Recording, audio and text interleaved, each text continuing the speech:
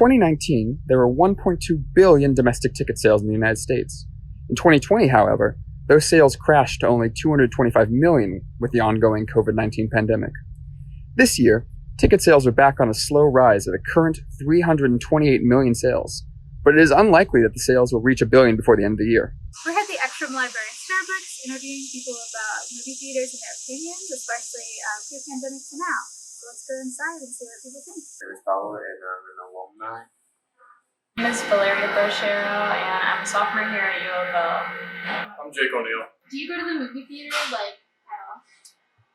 Not too often. I used to go more often a couple years back. So I've been in the movie theater for 2 years. I used to go a lot, but COVID just changed a lot of things. I wouldn't say often, not especially nowadays. But I definitely used to go more often. So how often would you go before COVID? Before COVID, once every 3-4 weeks. Do you prefer streaming services over movie theaters?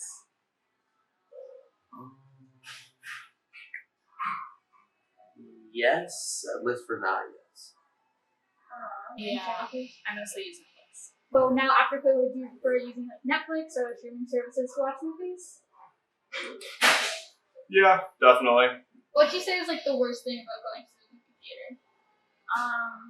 I would say maybe trying to find a seat sometimes, and when a movie's brand new, everybody's wanting to watch it. And then what's the best thing about going to the movie theater? Just the experience, and maybe when something funny happens, hearing everybody laugh at the same time. The worst thing, the prices, the overpriced snacks. I mean, there's no point to even buying those snacks. Just sneak them in. And then what's the best thing about going to the movie theater? The snacks. It seems personal interest in moviegoing fell amidst the global pandemic, in addition to the accessibility of movies via streaming services. Over the past decade, there has been an average of 121 movie releases per year, but in 2020, less than half of that number of movies was released, totaling only 57. Interestingly, the amount of domestic ticket sales sold has remained relatively stagnant over the past 25 years, averaging at around 1.2 billion, without including 2020's outlier sales. Will the pandemic year be the trendsetter in continually declining sales until movie theaters become null and the streaming services take over? Only time will tell.